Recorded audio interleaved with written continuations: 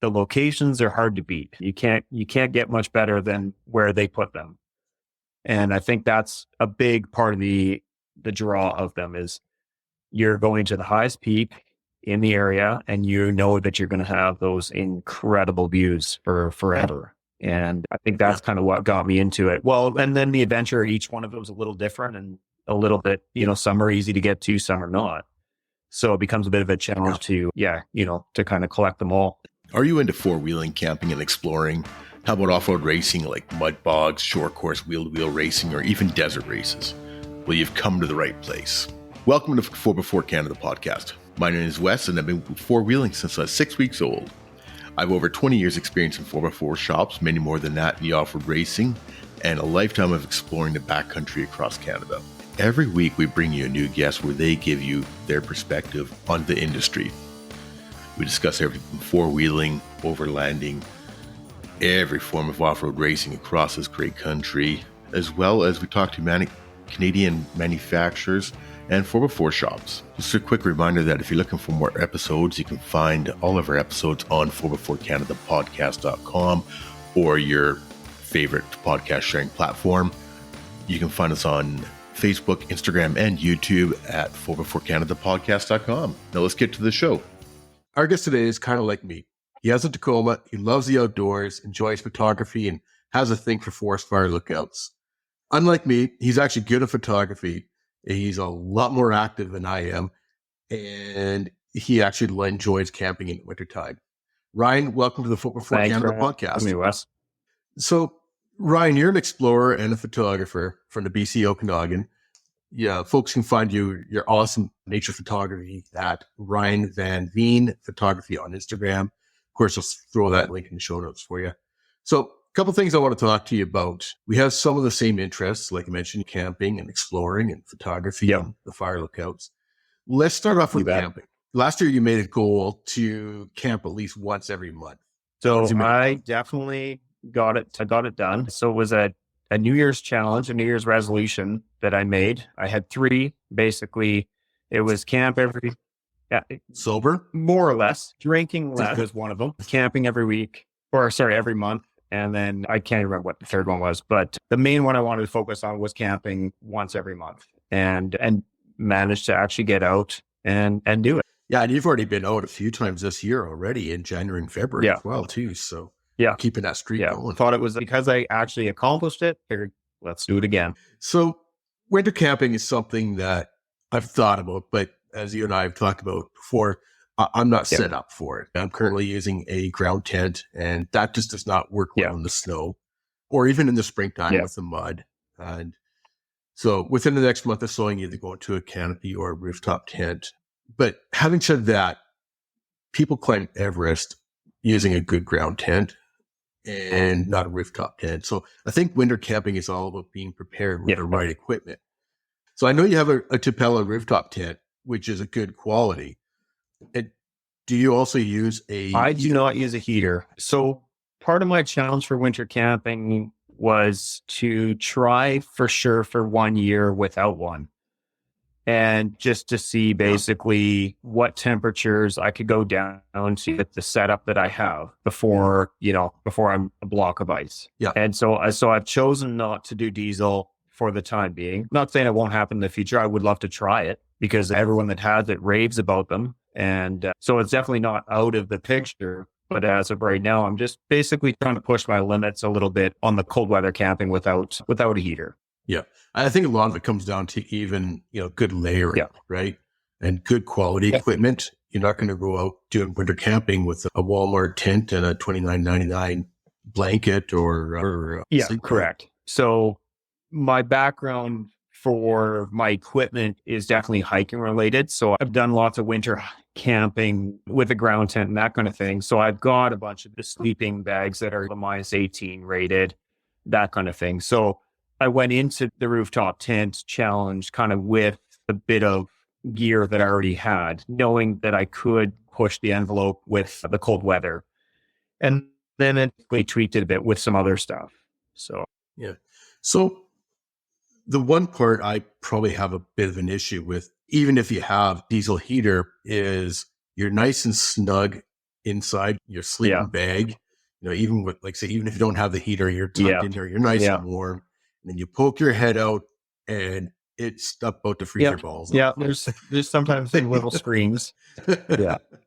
So just a matter of that, just quickly get dressed and get out there and get that fire going. Or, you can fire up the truck. So when you're putting your stuff away, the truck is heating up. Because, when you're putting the stuff away, if you're not wearing gloves or something like that, your hands can get pretty cold. So I will always fire my truck up and then just jump in there as I need to, and then warm up and then continue with the takedown of the setup.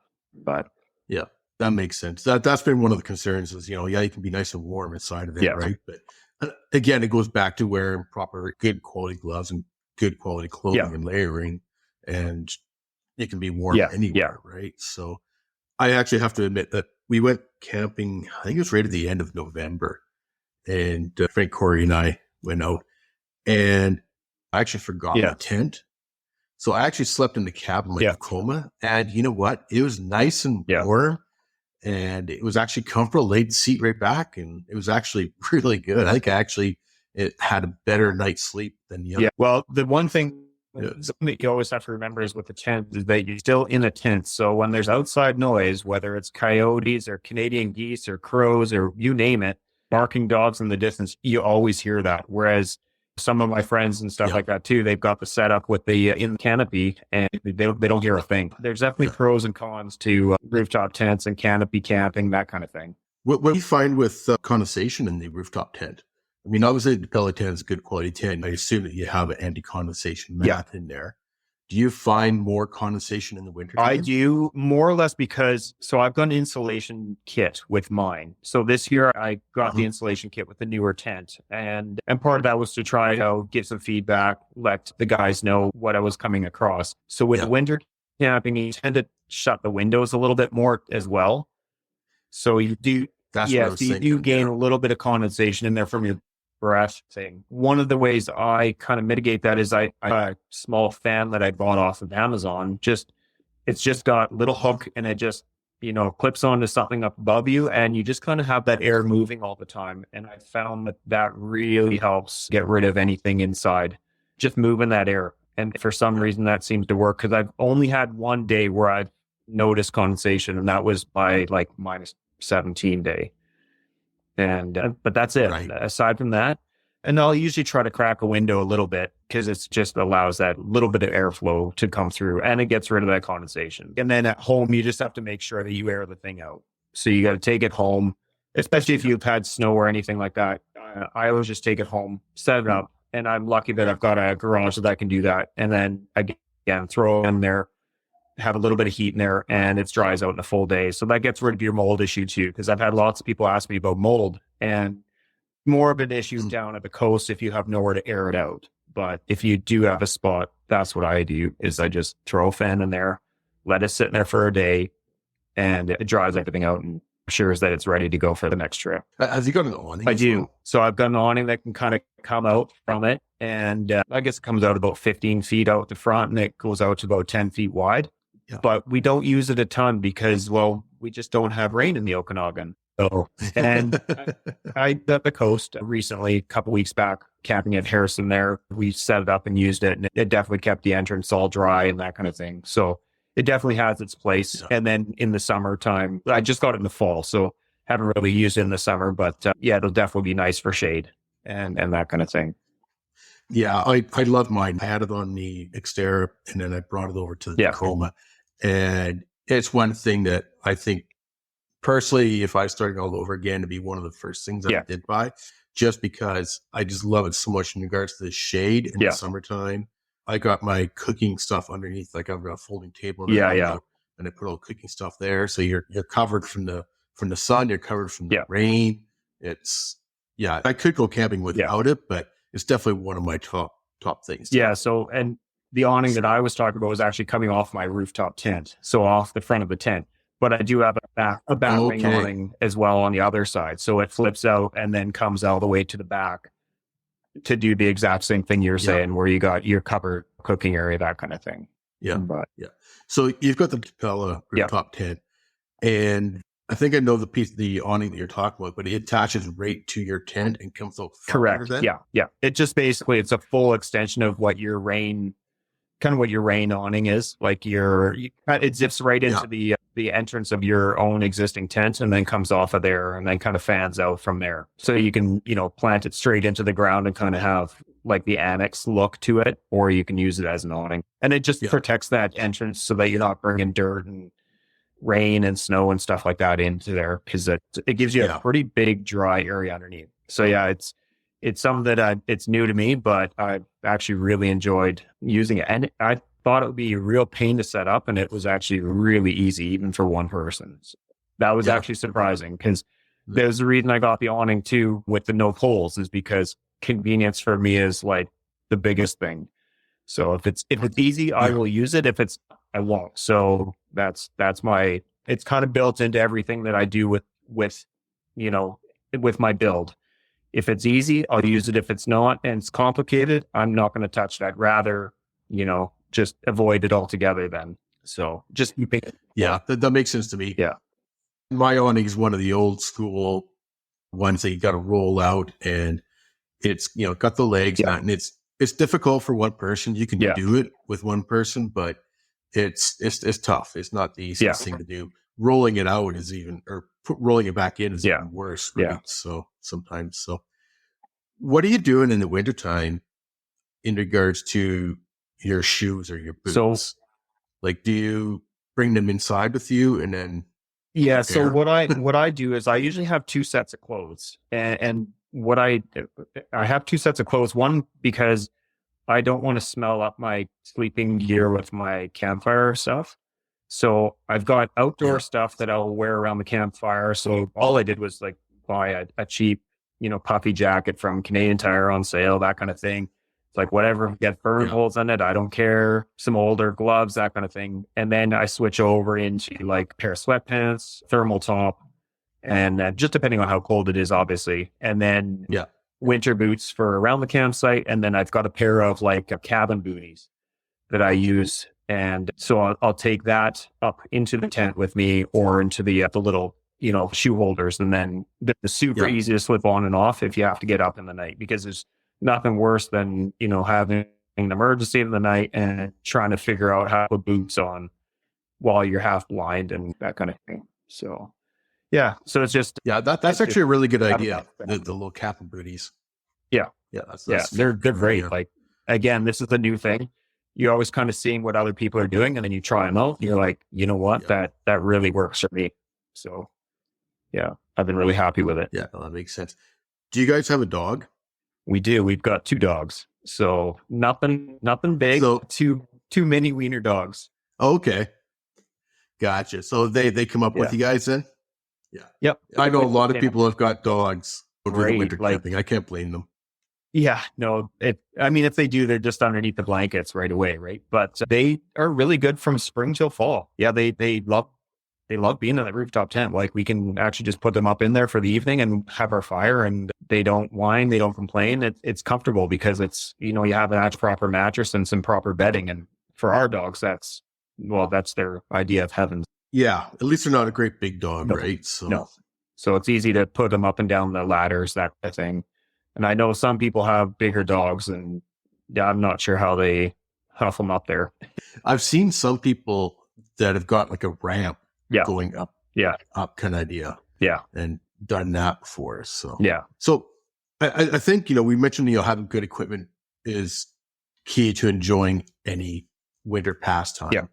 I know you're into snowshoeing and skiing. Is that something you grew up doing? So, growing up at the coast in Lower Mainland, I grew up in Langley area. Basically, the only thing that I ever played, I'd never really played a lot of sports growing up until I hit high school. And then once high school hit, kind of started playing hockey, started skiing, that kind of thing. And then I had the ability to leave Langley once I got my license. So then it was like, okay, now we're going camping. And like, we always grew up going camping with family and cousins and uncles and that kind of thing. But it was never really a thing with just our family specifically. And then as I grew older, definitely got involved in, kind of a little bit of everything. But yeah, once I got the license, that was the game changer, because then we started heading out to wherever we could get our cars or our trucks. That's where we started going.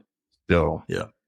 So you do some great photography. I'm a big fan of your photography, especially the way that you use the lighting. So whether it be a shot of you guys skiing or mountain biking, and you got, you know, the light flares or the sun flares, etc., or you've got your typical Ryan Vanveen bonfire going. nothing like He got some really space fire. That's what we always call them, space fires.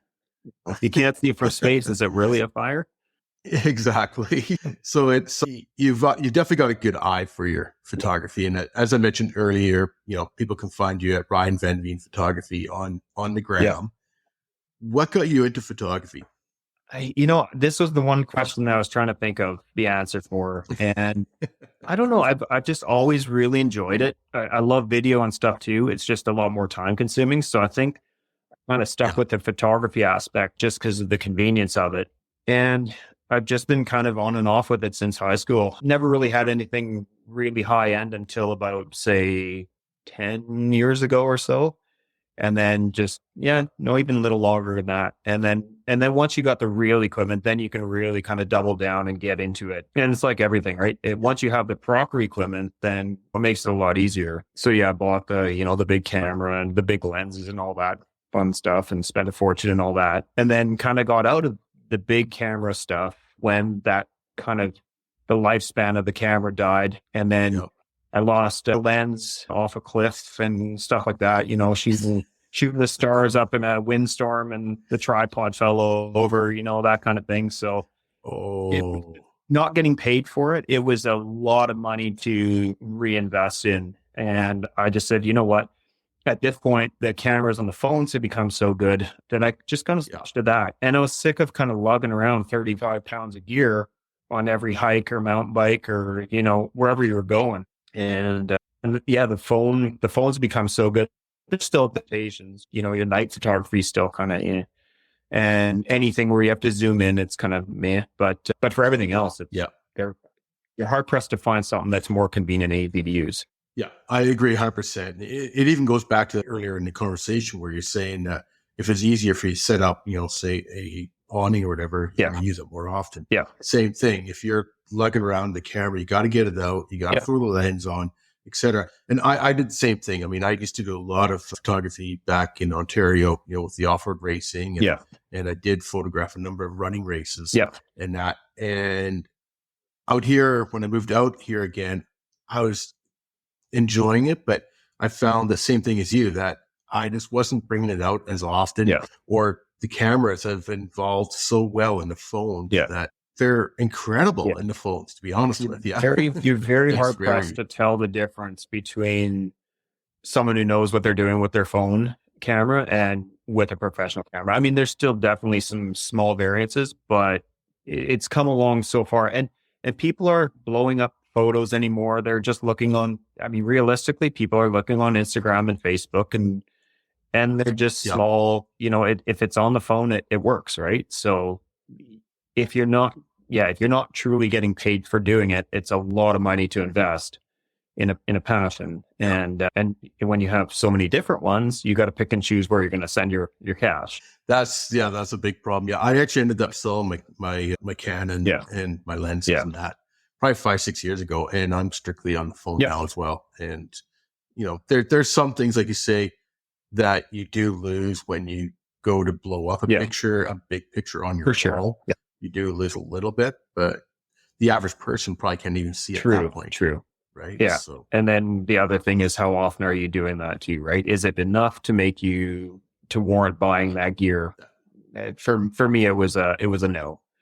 But and even now the cameras on the phones are still getting better and better. So it's just, I don't think you can lose with a good phone camera, and just the convenience of it, Yeah, you always have it, right?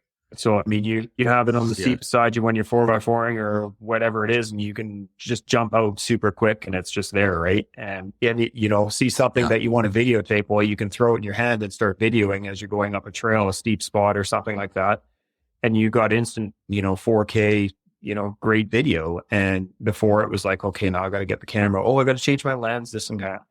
so it's just a convenience thing too. Yeah, the video is another thing too, because as I've been doing this podcast, I've been talking to a lot of people, and I'm learning about a lot of people that are on YouTube that I thought they had, the big cameras, and some of them do. They have, the bigger cameras that you would need for your 4K or your, whatever the big resolution is. But there's a lot of people that are doing YouTube with just phone cameras. It's actually really surprising. Yeah.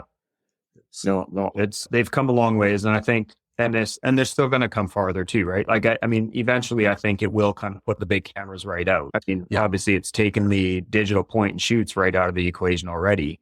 The only thing that's really left is just the big DSLRs, right? But yeah. And you can even get different lenses for your cameras now too. I haven't tried any of those. Yeah. Like a wide angle or anything like that. But my wide angle works so well with Samsung that I don't need an additional lens to put on the front of it. Yeah, no, I agree. And that was a recent upgrade in the last couple of years, that all of a sudden they went to a super wide angle, and you're like, okay, there we go. Now I don't need, for my landscape photography or something like that, I don't need to haul a camera around. And for me, that was the big one, was when you're out and about, whether you're 4x4 and you get to the viewpoint or the fire tower, you want that super wide angle, and all of a sudden you had it. Now it's like, okay, well, I don't need to haul gear around anymore. The only thing you're hauling around now is, a drone or a GoPro or that kind of thing for other video related stuff. But even those things, depending on what you have, they're really small too, right? So yeah, exactly. They're just easy to use. So speaking about fire lookout, that is something that is a passion for both you and I. And you and I both originally met through the BC Forest Fire Lookout group on Facebook. And I'll post a link to that group, because I think it's something that a lot of people, if they have not seen it, a lot of people will enjoy it. Yeah. And not only just for the views that people are posting the pictures up, but the historical significance in that. Yeah. So those people that are on the wrong side of the Rockies, can you explain what a forest fire lookout is? Well, back in the day, and I mean, we're going back to the 20s, I would assume, because I know some of them, some of the ones out by Revelstoke, that kind of thing, they were built more or less. Those ones were built for the railways. So a lot of those was it CPR at that time? Probably would have built them. So a lot of that was to protect rail values and that kind of thing. And then over the years, they put them all in different areas for the timber value and that kind of thing. And now with technology, they've kind of become obsolete. But a lot of the towers are still up there, and they've become destinations for adventures of all different types. But yeah, because they're virtually unmanned now, most of them are abandoned and it's just sitting there and just used by certain user groups, whether it's 4x4s or snowmobile clubs as emergency shelters, you name it. But yeah, the locations are hard to beat. You can't get much better than where they put them.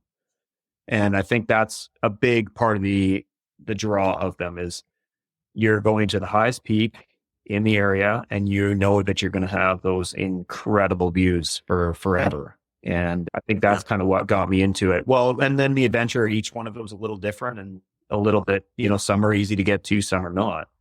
So it becomes a bit of a challenge to kind of collect them all. Yeah, I can remember going back and seeing some of your pictures back on Flickr. Yeah. And that's where I originally saw some of your pictures, and you're going to ones that I had never heard about. Yeah.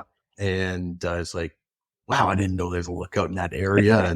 and that's sort of what prompted, one of the many reasons that prompted me to form the Facebook group was that there's so many lookouts out there that I'd never heard about, never seen. Yeah. And basically a forest fire lookout for you guys back east is a person would be in this little building up on top of a mountain, and they'd be there from, whenever the snow is gone. So say June to, early September kind of idea. And that was their job, is to look for fires, and they're always, keeping an eye out in the distance. And then if they saw a fire or some smoke, there's a little thing on a turntable, and I can't remember what the proper name of it is. Yeah. But they would line it all up, and they could tell exactly where that fire was, and they'd radio it into or at least in a general area, then they radio down to the people on the ground. Yeah. And go from there. Can you imagine that life back then? That would have been, being up there. yeah. I mean, there's times where you're like, that would have been the best thing in the world. And then I'm sure there was times where it was the worst, the most miserable thing in the world, right? Kind of like a lighthouse keeper now. Yeah, exactly. Lightning storms is a big thing. I've heard from it, on the Facebook group, the BC Forest Fire Lookout Facebook group, there's a number of people that, as you know, that spent many, many years. And some of those people actually want to get onto the podcast because they've got some incredible stories. Yeah. But there's been a few that have mentioned when you go to a fire lookout, there's these wires going down from each corner of the building down into the ground. And they're like a steel wire, basically, right? And they all go up to a little lightning rod at the top. Yeah. And there's these people that work there. They said, when the lightning hits that rod and it just circles around the building, because the whole building is open all the way around. All four sides has these big windows all the way around so that you can always see, outside for the fires. But they said when the lightning hits that and it goes around the building 3-4 times and then shoots down one of those guide wires, I can imagine that. That would be freaky. Yeah. Yeah. And their bed. I mean, if you're sitting on your bed is a metal frame bed. Yeah. Yeah. No, it would have been a wild place to be in a storm. Yeah. Oh, but imagine the view though, if you're seeing lightning or whatever at going to another mountain. Yeah. It'd be an incredible view. Yeah. Yeah. We ditched one a few years ago with an incoming storm. That was actually on Mara Mountain out by Enderby there, Hunter's Range. And we saw it coming up from the south and we were like, yeah, I think that one's coming pretty close. And we are exposed. And it's pretty run down now. And we just didn't trust the lightning rod and the system that dissipates the electricity. So we just said, you know what, we're out of here. And then went down lower. But I couldn't imagine being up there in a full blown lightning storm, and knowing how many have burned down because of it is also a reason too to not be up in there, because we've lost more than a few of the lightning, right? Yeah, definitely. It's something to be like. It'd be interesting living up there, and I've, as you know, I was in charge of the maintenance for Cornwall for 4 or 5 years. Yeah, and when I was dealing with BC Parks about getting the contract for the Fur Drive Association of BC, we brought up the last full-time person that worked up at. He heard that I was involved in keeping the maintenance up, and he said, "Hey, I was the last person from like 90 to 96 or something to that effect." And so he's like, "Dude, would you like me to come up and show you guys some things?" I'm like, "Yeah, of course, right?" Yeah. So he came up and he was showing us all the different mountain ranges, and it was so cool being up there with him. That it was just all the stories he's got back then, right? They all had their little gardens and things like that where they try and grow food and vegetables, and a lot of them had little pet squirrels and things like that, right? Yeah, anything to keep your mind going, from going crazy. Yeah, no doubt. Yeah, I would imagine and books. There'd be a wealth of knowledge from those guys that man those towers, right? Yeah, and that's why I say I really want to get some of those folks on board and on the podcast, because I'm sure they've I've heard a lot of their stories through the Facebook group, but I know that there's a lot more stories out there. Yes, be really cool. And of course, there's always people that would go up to see them. Like we used to go when I was a kid. We had friends that lived in Big Bar, and we would go to the one there. Yeah, every summer. Jasmine. Go up to the Jasmine one. Yeah, right? yeah. And go up there and visit the guy, and usually bring like a loaf of bread that our friend had cooked or something like that, or vegetables up for the guy, and they're always always happy to see people as well too. So Jasmine's a really neat one. It's it's an easy one to get up to, but still got a great view. Yeah, it's not as good as the one in the Kootenays and that, but it's a beauty for sure. It's a favorite without a doubt. Yeah, and a lot of them. It's a good thing a lot of these groups are, right? I mean, you take a look at, even here in Campbell's, Greenstone and, of course, the association has Yeah. 3 that they maintain, and there's quad clubs and hiking clubs Yeah. and all that, right? So it'd be nice to save them all, but Yeah. don't know if that's possible. Yeah. Yeah. But so what's one of your favorite ones? Ooh, now that was a question too that I was pondering all week. Well, because it's kind of like hiking too, right? Like, or whether I mean, everything. Each one of them is a little bit different. Some of them are hiking only, so the challenge is the hike, that kind of thing. So, like, right off the top of my head for hiking would be Old Glory out by part of Seven Summits kind of thing, and the view from up there, and the tower, and then the old building, the Environment Canada building that burned down beside. It's got a bit of history there as well, but the views from up there are phenomenal. But that's a hiking one only. Yeah. As far as like four wheeling, I would say Mount Baldy out by Little Fort, north of Kamloops. There, it's not brutally hard to get up there, but it's such a fun trail, and the views up there of Mount Dunn in the background there are just like spectacular. Jasmine obviously is a favorite. Mara Mountain out here for us is close to home. Again, views are fantastic. Road has got much gnarlier over the last like 20, 25 years. So it's become a bit more of a challenge. And then you can, spice it up by trying it in the fall with some snow and that kind of thing. Sugar Mountain, again, that's kind of near us too. So that one's a pretty good one. That one's a good wheeling one. Yep. And that one, the access has been on and off for that one for years. It just became accessible again with the recent forest fires and redoing the roads for access for that. Trying to think of some of the other ones.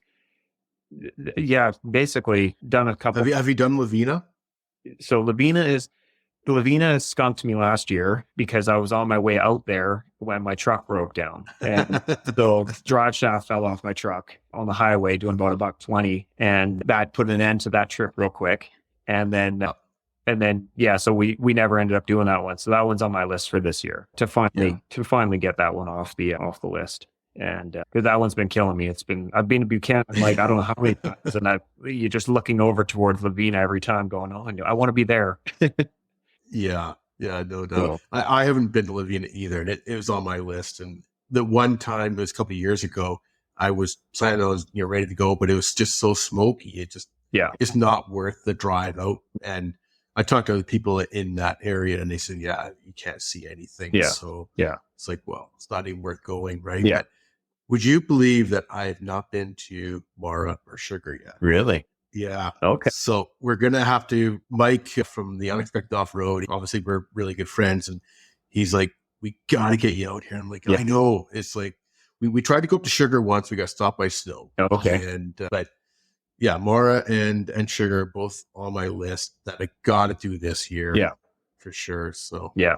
And it's actually a funny story about Baldy. You mentioned Baldy just by Little Fort, north of Barrier there. And I grew up at East Barrier Lake. And so we would always go to Baldy as a kid. Yeah. And I've been going up to Baldy since I was probably 2 years old. Yeah. And I'm 50 now, right? Yeah. So it was really neat going up there as a kid and stopping in at the mines and stuff like that. Yeah. And then going up as a kid, and my dad has his own truck and I have my own Jeep or whatever. And then as my dad got older, I'd be bringing him up in my Jeep or bikes there or whatever. So it was kind of a full circle thing. So it was kind of neat. Yeah. So we went up there almost at least once a year for years, other than my spell in Toronto. But that's always been a favorite of ours growing up. And it's been really neat to see the change, like you say, in the road. Yeah. Yeah. It's, it used to be before all the logging, it was like that all the way down. Yeah. Yeah. Right. So it was a good full day of wheeling. I lost the power steering in my Bronco coming down there one year. Yeah. Yeah. They're not easy on the vehicles. Some of them, that's for sure. I mean, they're not brutally hard, but especially if you're doing a lot of them, it takes its toll on the vehicles, right? Yeah. Yeah. One of the other ones I would say would be just thinking off the top of my head here is Cartier out by Revelstoke. And that's a hike only. Yeah. That's a brutal 2,000 meter climb from the highway, from the lake basically to the summit. I can't remember. It's like 16K one way or 18K one way. But it's something that you go That you go up and you camp there, you Yeah. stay inside. Yeah, and we come stayed back in down. there I and, mean, the, big storm overnight. And it was fantastic. And I Yeah. don't know how soon again I'm going to do it, but it was beautiful. It was stunning. So have you done Saddle? I have. Yeah, that's also a good one. That is a Yeah. beautiful one. Where they put that tower is like, it is. Yeah, you're right on that edge. Like, if you look out the one window, you can't see the ground. It's thousands of feet straight down. It's pretty mind blowing where they put some of these towers, whether it's, Eagle Pass or Joss Mountain. Like, again, beautiful spots, hiking only for some of those, but Yeah. just stunning, stunning locations, and well worth the short hikes or, those hikes to get in there. Yeah. I think Saddle's a bit of a hike though, too, isn't it? Probably like 10K each way or something. It's you start pretty high up. The logging went up pretty high. I think you start about 1,700 meters. So it's not brutal. It's definitely easy. Not like Cartier. Yeah. I mean, all you have to do is compare it. Just do Cartier once and then everything else is cake. Yeah. But even Eagle is a fairly tough climb, Yeah. too, right? Yeah. So Especially you're an old fat guy like me. and yeah, it's a beautiful Eagles. Yeah. Stunning as well. Like just those surrounding peaks are just gorgeous. Yeah. Yeah, it's something that we're really lucky to have in BC. And there's a few in Alberta. Yeah. There's a few, but but we're just so lucky to have these.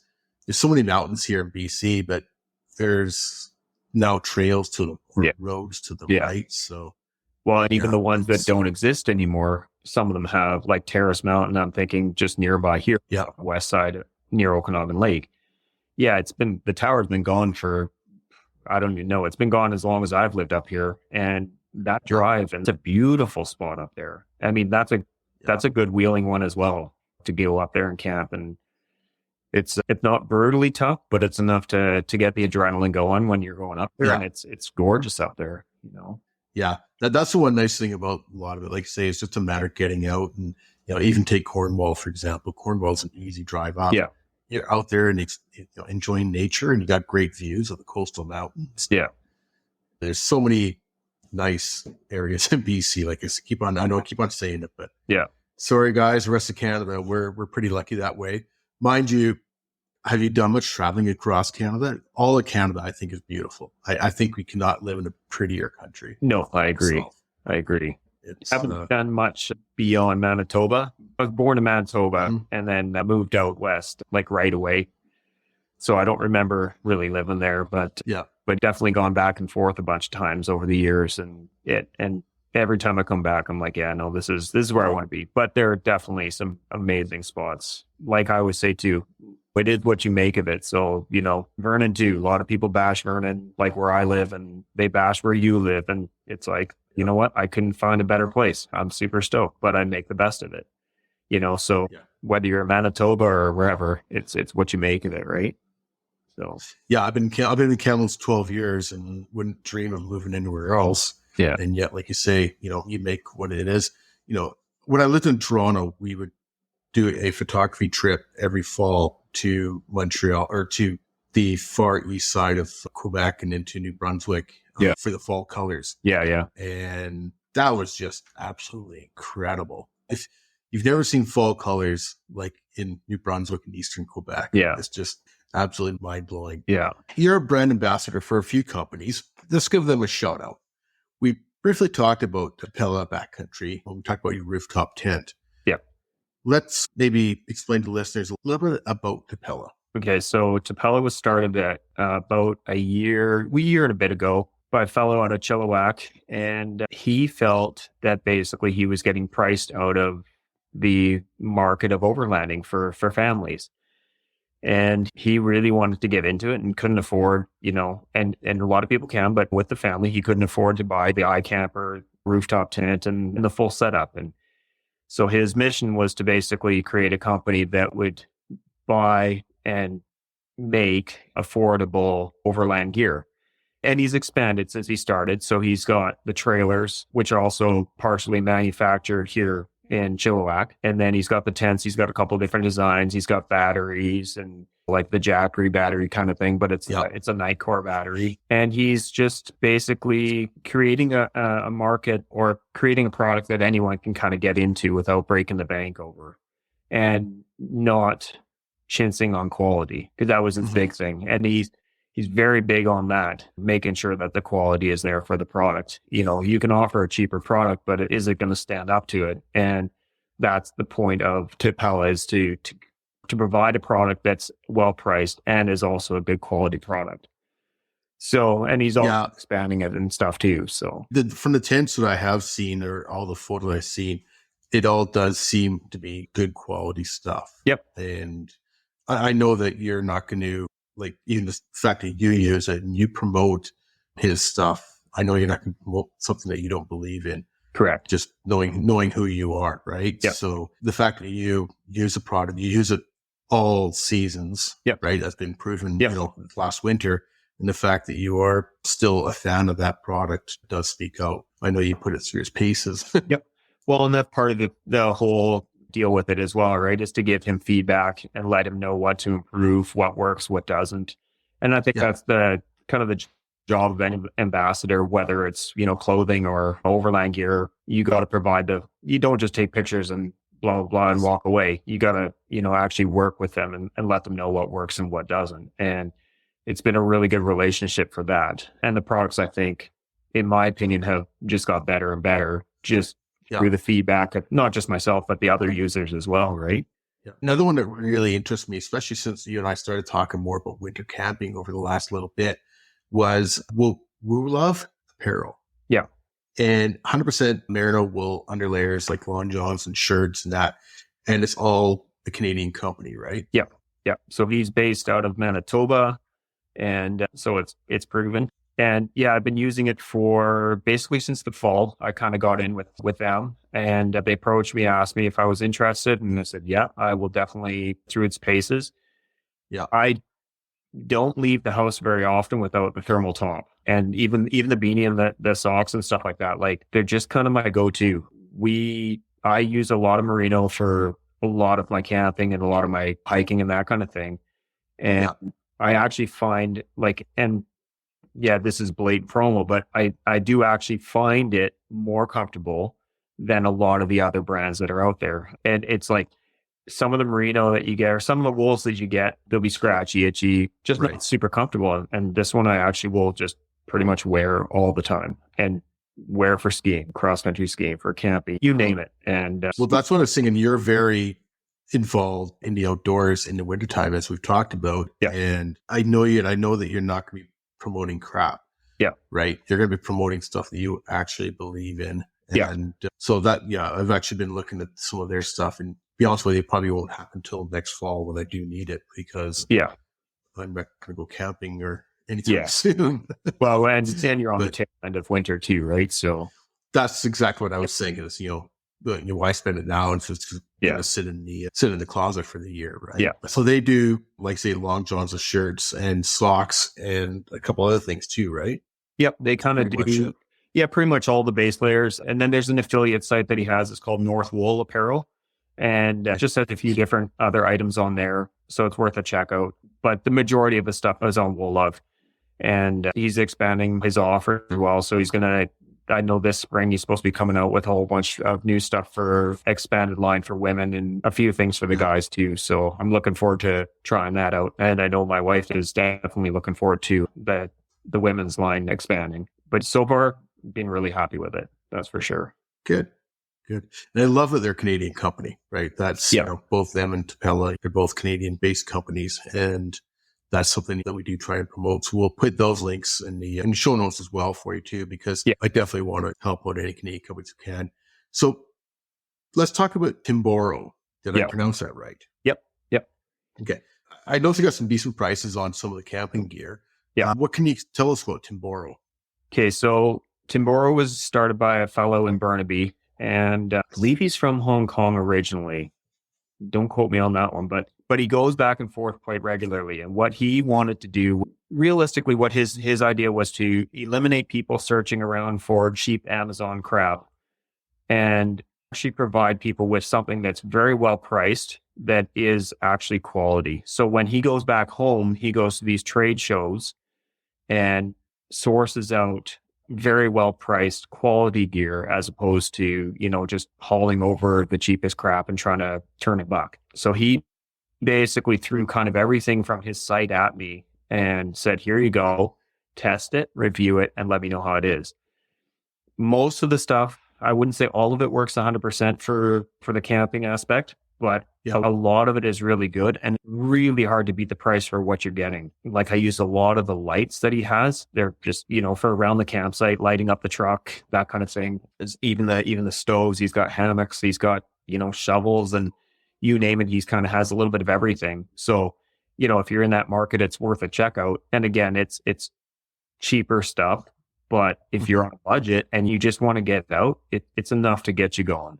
If you want to upgrade or whatever, and you want to go to the upper, the more expensive brands, then you head to the Valhallas and the other places too, right? But it's definitely an awesome way to get your foot in the door for a good price. Yeah. And then he's always expanded. Like he's been gone most of the winter and doing trade shows. So he said there's a whole bunch more stuff coming in the spring. So I'm excited to see where he's going with that. So good. But yeah, I do like what you're saying too with the Canadian companies and representing somebody local, because they actually will give back, right? Like, Tapella actually works with, like, this is my one example for working with him. And one of the reasons I really love it is because I don't see many other companies doing this. I don't know if I just don't know about it, but he sponsors lake cleanups. He's done a few out by Harrison. So like last summer they did Weaver Lake, and he sponsored, his name's Henry from Cleaner Lakes. And that's his Instagram thing. And, he goes in there, he scuba dives in the lake, and he pulls out umpteen pounds of garbage out of those lakes. And to have, my rooftop tent company supporting something like that, that means something to me, right? It's giving back. It's not just taking the money and running, So that's what I really like about that as well. Yeah, that's definitely something I agree 100% with, because there's something to be said about your big box stores and that, but there's the other people that have some of these maybe smaller companies that are supporting, whether they're supporting your kid's baseball team or they're supporting, wheeling. We're talking with Bill from Crave last week. Yeah. He says, we're out there, we're using the products, and we're finding out what works, what doesn't work. But, to take it 4-wheel drive world, for example, you can take some of your, for lack of better terms, big box stores. The guys don't go out and wheel themselves. So how are they going to know what to recommend to customers? And B, if they're not, helping out, whether it be your local 4-wheel drive clubs or helping out with cleanups and stuff like that, or even simple things like sponsoring a racetrack or sponsoring a baseball team or whatever, that's what all these small businesses are doing. And these guys are your neighbors. And so I try and support as much local, small Canadian places as I can. So. Yeah, no, for sure. No, it's a big part for me as well. And I like seeing that aspect of it. And hopefully we see just more of it from other companies too. And even the big ones, right? It'd be nice to see them start to get back to our local communities that are supporting them, right? Yeah, exactly. Exactly. So people can learn more about these companies that we just talked about, Timboro, Ulov, and Tapella on your Instagram page at Ryan Vanveen Photography. Once again, love your photography, love your work on it, and love all the photos that you do post to the BC Forest Fire Lookout page. Yeah. It's definitely enjoy those. You've been to a lot more places than I have, but I think after this summer, I'll be starting to catch up a little bit to you. I have more trips planned than I have weekends available this summer, but we have the same problem then. Yeah. Oh, great. I want to take 48 trips. Oh, there's only 30 weeks in the summer. Oh, wait a minute.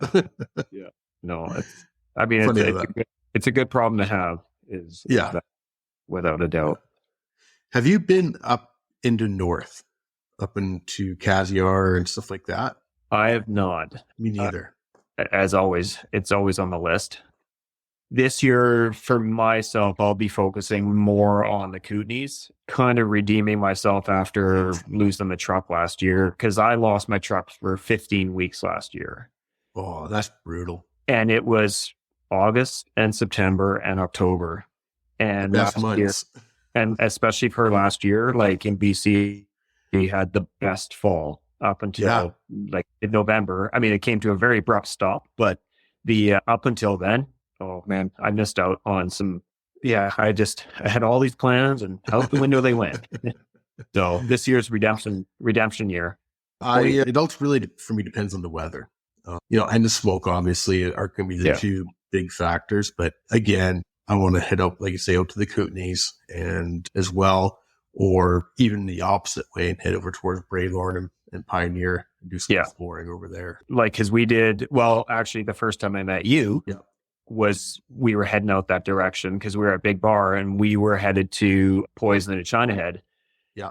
And as we both know, we ran into a jackknife truck on the middle of the road and blocked us. And we only ended up getting up to one of them. We got up to China Head and ran out of time. And that's a trip that's been on my list for, the Mud Lakes, Poison, China Head route has been on the list for a long time. So this year, hopefully, it's one of those ones that I'd love to complete. Yeah. Yeah. Century. It's gorgeous. I mean, like, we keep on saying how gorgeous it is in BC, but people in Saskatchewan trust us. It's beautiful in BC. Yeah. But having said that, the whole damn country is beautiful. I would like to, spend some more time going back and forth on, not just on Highway Canada 1, but on some of the other roads, right? So every time I'm going across Canada, it's been on Highway 1 because I want to get there ASAP. Yeah. But it'd be nice just to spend some time in some of these little places. So, no, for sure. Are you a big cooking person when you go camping? I am not, especially if I'm by myself. Like I'm the world's worst cook, like hands down. So when I go out by myself, it's super, super simple. Like we're talking like mac and cheese and smokies, that kind of thing. I still camp like I'm 16. One of my friends that I go with, they usually take care of me. They've got the whole trailer and the whole walk set up and everything like that. And my friend Nadine, she's Cambodian heritage. And I guess in their culture, they like to feed everybody. And we are included in that. So we usually get fed very, very well if we're camping with them. Yeah. And then if I'm by myself solo, I just super, super easy stuff, super simple. And I don't get too crazy with it. I admire people that do it. And then I think one of the other things is the timing wise. A lot of times we will kind of explore and hike and that kind of thing right till the kind of the bitter end of the day. Yeah. And then we kind of almost semi-force ourselves out of time by doing the other things. And then we just kind of, you'll super quickly make a dinner and then it's campfire, beers, that kind of thing. Right. Yeah. I'm the same way. If I'm by myself, it might be something as simple as, craft dinner and like say smokies and sometimes I'll do something a little bit more, but if I do, it's going to be my prep will be done earlier in the week. Right. So it's not much time to get it up and going, or even something as simple as a Greek salad or, that way I can just grab it and go kind of idea. Right. Yeah. But so if I'm smart enough and energetic enough to do some of the prep work ahead of time, then I'm not too bad. But a lot of times it can be something as, craft dinner and throw some spices in there and some you can make gourmet with a hot dog or two, Yeah, exactly. I just did an episode a couple weeks ago with Just Jeeping Adventures, and I don't know if you had the opportunity to see that or listen to it. I did, and I was just like, man, that put me to shame. Me too. I know who I'm going to go with though.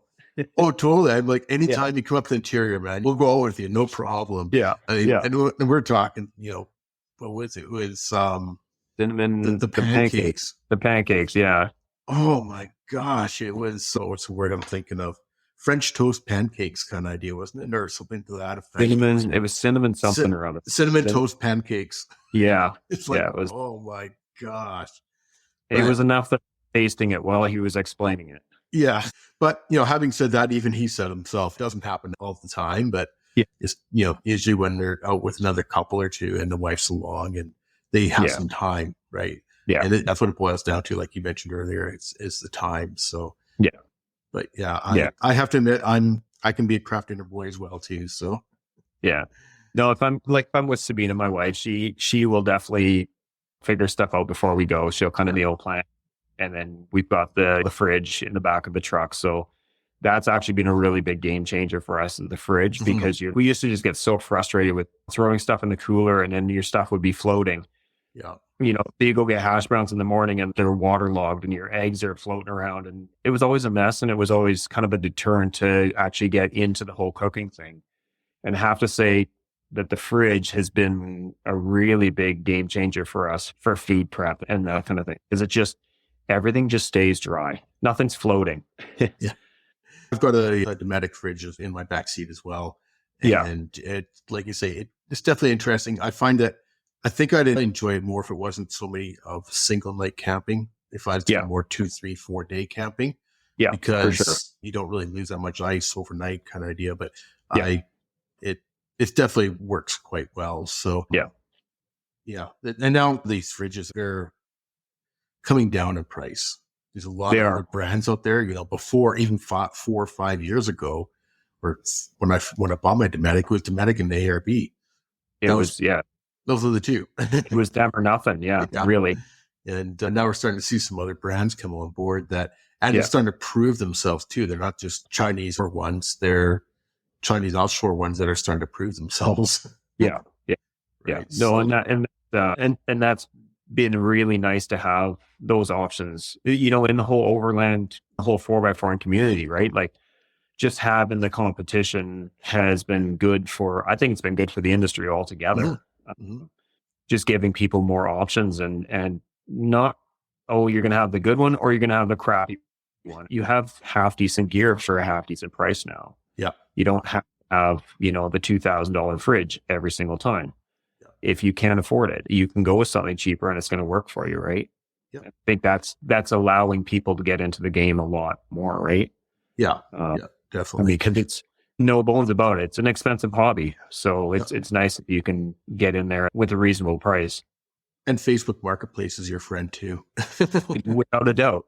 That's where I got my first rooftop tent and to see whether I would like it. And turns out it was a winning combo and I loved it, and then you just move on from there. And like everything, you're always changing your build and you're changing. Some things work for you, some things don't, so it's interesting to see where people take it. Right. Yeah. It's really interesting. I was actually talking to G from BC the other night. He's on YouTube. And one of the things he does on his YouTube channel is that a lot of other people don't, is he'll do a walk around of, say, like your truck or my truck or, his other buddies, or he's at an expo and he'll see a nice looking, TJ or a JKU or whatever. And he'll just go and talk to the guy and do a walk around. And there's lots of little things that I've been picking up that people are doing that's like, hey, you know what? That's a great idea that you don't normally see, right? Yeah. And I mean, Facebook has obviously helped with that as well too. But what G from BC has done with these little interviews or walkarounds on these rigs, I think has been great because we're seeing all these different ideas, right? So. Well, just like you mentioning, like the conversation you had with Just Jeeping, right? And he had his diesel heater, and you were talking about the placement of his heater being on the outside when he was hitting trees and stuff like that. So I went on his Insta just to see what you guys were talking about, and I was like, really, that doesn't hit anything, but it's proven that he's telling you that it works. And it's like, okay, well, so that's an option, right? And then you look at Sean from Story Till Now, and he's got a custom one where it's inside the back of the Gladiator, and then it pumps the heat up and over, and just gives you tons of different ideas, right? Like a placement of whatever it is you're using, right? I thought that was really interesting with the one, with melting it on the outside. It's Just Jeeping Adventures. And I had the same thoughts, like, man, that's going to hit, right? But with, like he said, he goes like, we're not going close to trees when we're out snow wheeling. No. Right. We're trying to avoid trees. And, you get close sometimes, but he's like, we haven't hit yet. And like, that's a good point. Well, I mean, you just got to think about how many times do you hit your mirrors on stuff, right? I mean, it's not sticking out any farther than your mirrors. Yeah. You don't hit your mirrors very often. I mean, exactly. So, it's going to work, but it's not something that you would have thought about. So it's great to see those little walkarounds, and it's a great idea that's why I let Mike and his Hummer, Mike from the Unexpected Off-Road, that's why I let him go first. Because if he hits his mirrors, then even if he rubs his fenders, I'm still got 2 feet each side. Yeah, no doubt. But that's another example of a vehicle that you don't expect to see very often is a H2 Hummer, right? And he takes that thing everywhere. And he's a very good driver and he knows what he's doing with his vehicle. And Yeah. but yeah, have you seen his tent up in the back? For those who don't know, Mike from the Unexpected Rough Road has got an H2 Hummer, and it's the pickup style, and he's got a little tonneau cover in the back, and he just puts up a little tent on the back cover there, on the tonneau cover, and it works out great. I've been with him quite a few times when he's used it, and it's like I never would have thought of that. No, but it works, and because it works, he's able to get out, right? And it's just not something that's holding him back. You would look at the vehicle and you'd be like, that would not be something I'd want to take out. And, or there's a fellow on that's been promoting his YouTube a fair bit, and he's got the Honda Ridgeline. Yes. Not something you see out there very often, but you know what? He's getting places where he's happy to go. And it's like, you don't have to have the biggest jacked up 4x4 to get to some of these places. And I mean, some of them you do, some of them you don't. But as long as you're getting out there, that's the biggest thing. I think in reality, for a lot of what you and I do, our trucks are pretty good the way they are. I mean, we got, slight lift in our Tacomas and, a couple other little mods, but in reality, they're for going back and forth to work. They're for some Forest Service roads. And they're for the odd time where you are in 4-low and you're crawling along, they still do okay as long as you're careful where you're putting your tires and watch out for rocks. But for the most part, the Tacomas work out quite well the way that we got them set up. So but I know there's a few guys that actually have some really modified rigs, and they're almost thinking of going back to something more stockish so they can have a bit of a challenge. Yeah. And I've broken enough stuff over the years, like whether it's, jumping the truck and doing dumb stuff like that when you're younger, just got to the point where I'm like, I know now what it costs to replace all that stuff. Yeah. So I've changed from going full bore everywhere all the time to actually growing up a little bit and actually using the vehicle the way it's supposed to be used. Yeah. And that's definitely helped out too, that you're not everywhere you go is pin it to win it. So it gets very expensive to do that. Well, I've always said you can get places. Oh yeah, definitely. I've always said that the best vehicle for four-wheeling or overlanding in quotation marks is the one that's sitting in your driveway. Yeah. Because there's so many people that want to build up their vehicle, or they're waiting for the right vehicle, and then they don't actually end up going out and enjoying the stuff, right? So just get out there, fill it up with gas and get out and know your limits. And there's nothing wrong with turning around if you have to, and just get out there and explore. What's all I think it is a big thing is just like whether it's winter camping or you name it, is just go out there. And I mean, especially if you're doing a winter camp, just try somewhere local, try something close to home. If it's, if it's bloody awful, then you're close enough that you can pull the chute and go back home. But if it works for you and you realize, okay, you know what, this is actually kind of sweet. There's nobody around. I haven't been bitten by a mosquito the whole night. Yeah, it's just, there are certain advantages to winter camping. But you get into all these, especially down on the coast and stuff like that. Like so many people avoid these places that don't have snow and that kind of thing. And they're just amazing places to go and visit. And the moment March hits, it's a zoo out there. Yeah. So to get to these places when there's no one there, it's awesome. And a place at the coast, they're only 45 minutes away. So if you don't like it, you can go home. And then, you can go in April again if that tickles your fancy, right? Yeah, there's actually a little place about 15 minutes away from my house that I've been thinking about next couple weeks, maybe it's going out and camping, because I know nobody will be there, like you say. Yeah. And it's only 15 minutes away from home. So if I wake up and I'm freezing cold or whatever, but we're done with the cold weather now. It's not coming back. There's going to be no more cold snap, and there's not going to be any more snowstorms. So we'll see, right? I'm going to hold you to that. So the last question we ask every guest is, what Canadian would you like to listen to on the 4x4 Canada podcast?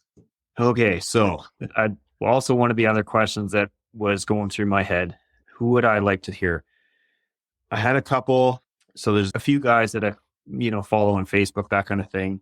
But then I kind of came down to two that I would probably most like to hear would be, the first one is potentially one of the Musio brothers who started the Backrow Map Books. And Yes. to see how we went from forestry maps, from you'd beg and plead for one of the used maps from forestry. They Yeah. were the brown and white maps that folded and they'd be huge sitting in your passenger seat to the first back row map book. And I would say that was a huge game changer for not for just myself, but just for everyone else for Yeah. navigation. Cause I mean, it was still pre iPhones and, maps and digital stuff. So it was like you went out there with your back row map books and you found everything with that. And that was the first time you knew that there was lakes over the other hill. And that was Yeah. the first time you knew about so much stuff, right? But just to see where even that industry has gone from, paperback to digital to, and all the different other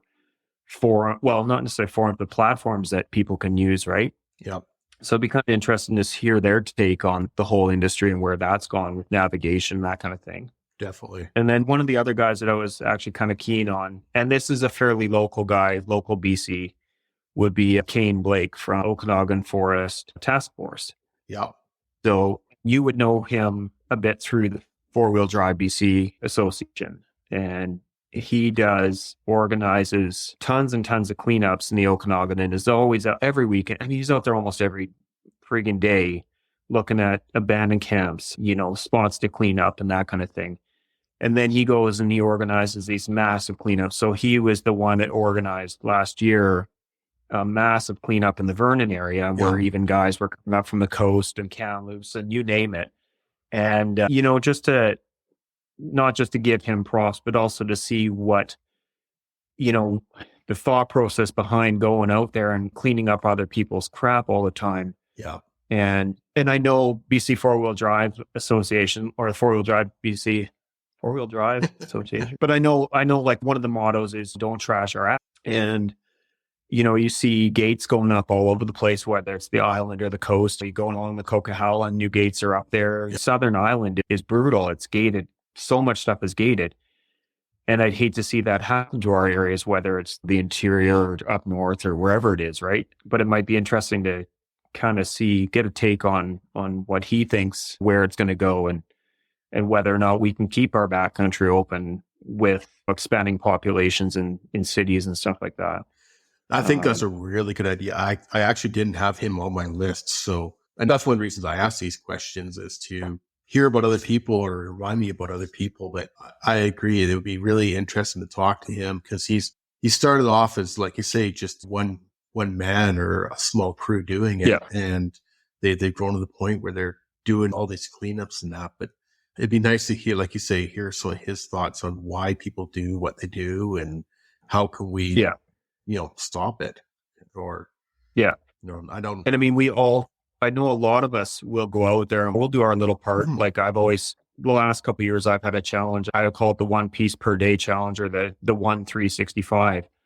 And it's basically every time you go out there to pick up something and it doesn't have to be big or anything like that, but every little piece counts. And if everyone's doing it, it makes its own little impact, right? Yep. So you go up to the fire towers, you make sure you take a garbage bag, you take all the cans and bottles and all the crap that was left up there. You go to a wreck site, you make sure that you clean something up. You go paddleboarding or kayaking, take a bag with you. It's not hard. Yeah. You don't have to carry a lot, but anything counts, right? Exactly. But it's neat seeing what Kane's doing with creating this association that gets everyone who's doing it together. Yeah. And then doing these bigger cleanups and that kind of thing. And then he's organizing the metal recycling and getting the guys out there with the big cranes and then the magnets and that kind of thing. And it's interesting too, because from my understanding, it's not just 4x4 people coming out. It's mountain bikers and it's the naturalist clubs or all these different genres of outdoor recreationalists are out there at these cleanups. And that I think is key. We did it a few times here in Kamloops as well. And you're out there picking garbage up beside somebody that thinks that all off-roaders should be banned. And, but then they see that you're out there helping and you care about the land and you're an advocate for keeping the land clean and stuff like that. So, definitely kudos to him for the inclusion of all these different groups. Because that I think is key. That's huge. He's the only one that I can think of off the top of my head that's kind of doing that. Well, especially in our area, right? So just to see, basically just to pick his brain and see, basically the background of what he's doing and where he sees it going and that kind of thing. Yeah, no, definitely get a hold of him for sure.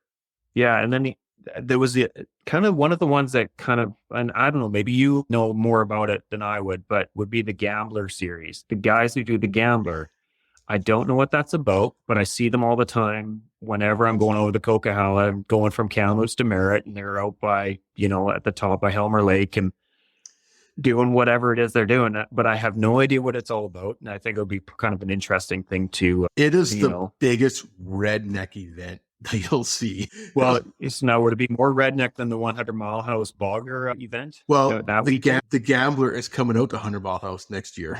Okay. So imagine that. Yeah. But there's some guys you got to check out on YouTube. Their YouTube channel is called Dog Strip, DAWGSTRIP. And there are a couple guys here in Kamloops, and they've got kind of a different work schedule. So we keep on hit and miss each other, but I can go over there and do a podcast live in their garage. And basically the only way I can really word it is that they have this, it's a weird perversion for oddball vehicles. Yeah. It is. I don't know if you've seen some of their videos. Oh, well, that's why I'm always like, what the heck is that thing now? And then you're like, what the heck is it? Like you see them driving by all the time, right on the highway or whenever they're on a trailer somewhere. Like, okay, I don't know what it's just one of those things that I've never looked into, but I find really, really interesting to hear the background on what that all is. Like Dreadnought, their latest project it's a 1964 Cadillac on a Ford motorhome chassis. So it's got it's just, and it's running on like 35s or 37s or something stupid like that, right? But it is just so awesome. And they had an old 60, I think it was a Chevy van that they moved the windshield and the seating area to right above the rear wheels. And then they had the steering column poking through the front. And it's just like, you got to check them out. Dog Strip. I can't explain it, and I don't know how I'm going to explain it when I'm talking to these guys in person for the podcast, because it's just, and they're a couple of characters too. They've got a Chevy van that they shortened to, I think they shortened it like 3 feet, kind of idea. And the first time I ever met him was in a Ford Fiesta with a lift kit. They cut the top off and they drove that thing down from Kamloops down to Nevada for a Gambler race down to there. Right? It's ridiculous. It's this one's going to have more video content than, because I can't explain these things properly, what they've done. And hopefully they can, right? So, but the Gambler event is coming to 100 Mile House, the Horsepower Ranch this summer. Yeah. And so that's going to be one event that I can go up there, and hopefully I can get Mike up there with a drone or Terry out of her drone or something like that and get some good drone coverage too, right? Because it's going to be one. I've never been to a Gambler event, but man, it looks fun. It just looks like chaos. Yeah. But fun chaos, like ridiculously fun chaos. Yeah, exactly.